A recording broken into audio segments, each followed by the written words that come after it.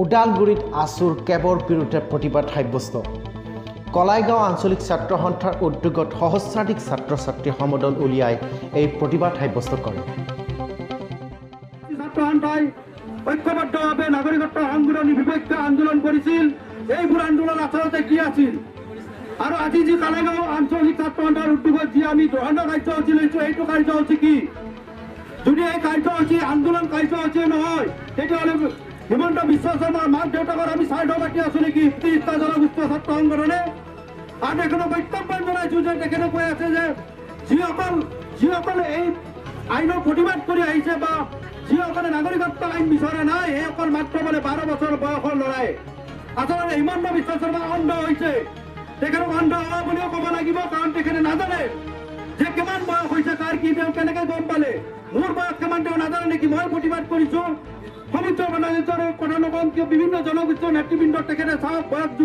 Juki লওক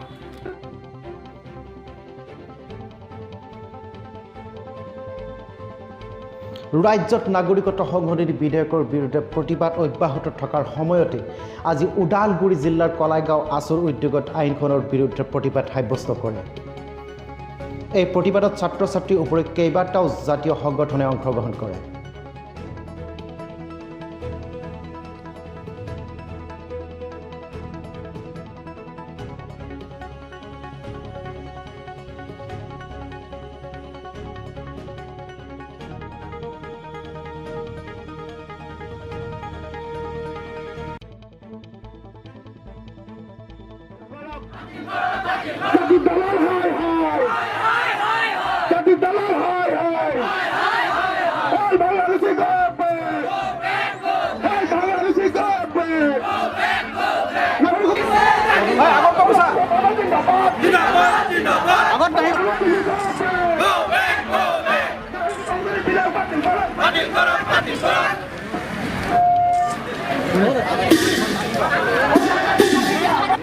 আগেৰে আজ নকৰি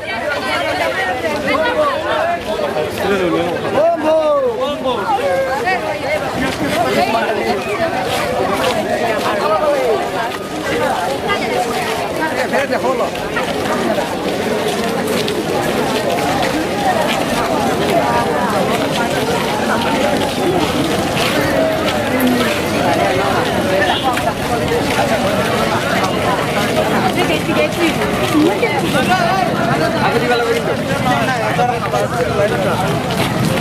আমি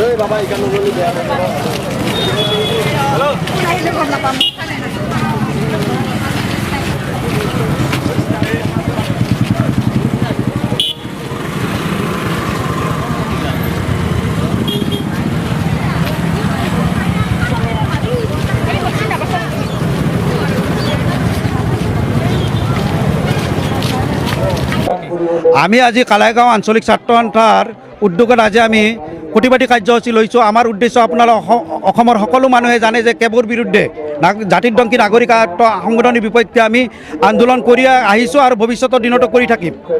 কি কাৰণত এই যে কেব আহিব এই চৰকাৰখনক এতিয়া কি ক'ব, কেনেকৈ বাধাৰ সৃষ্টি কৰিব? চৰকাৰে যিমানে কেব আহিব বুলিয়ে নকওক কিয় অসমৰ খিলঞ্জীয়াৰ জনসাধাৰণে অসমৰ 30টা জনসংগঠনে আৰু ছাত্ৰ সন্থাই কেতিয়াও এই কেব মানি নলওঁ, যিকোনো কাৰণতে মানি নলওঁ। তেওঁলোকক সকীয়াই দিছোঁ যে এই কেবৰ বিৰুদ্ধে আমি আন্দোলন কৰি আছোঁ আৰু কেব অতি সোনকালে বাতিল কৰক, নহ'লে অন্যান্য পৰিস্থিতি ভয়ংকৰ ৰূপ ল'ব। আৰু মই হিমন্ত বিশ্ব শৰ্মাক সকীয়াই দিবলৈ বিচাৰিছোঁ যে তেখেতে কৈ আছে যে কেবৰ বিৰুদ্ধে অসমত আন্দোলন হোৱা নাই।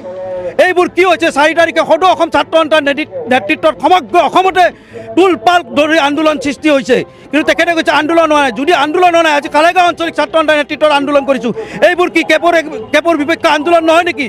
নে তেওঁৰ বাপেকৰ বা মাকৰ আমি শ্ৰাদ্ধ পাতি আছোঁ? আমি ইয়াতে আমি কেবৰ কাৰণে সংগ্ৰাম অব্যাহত ৰাখিম, ভৱিষ্যতৰ দিনতো কৰি থাকিম আৰু অনন্তকাললৈকে এই কেবৰ বিপক্ষে আমি আন্দোলন অব্যাহত ৰাখিমেই।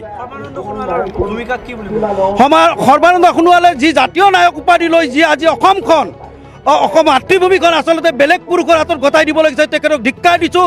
এনেকুৱা চিন্তাৰ পৰা, এনেকুৱা মানসিকতাৰ পৰা তেখেতক দূৰ হৈ থাকিবলৈ মই অনুৰোধ জনাইছোঁ।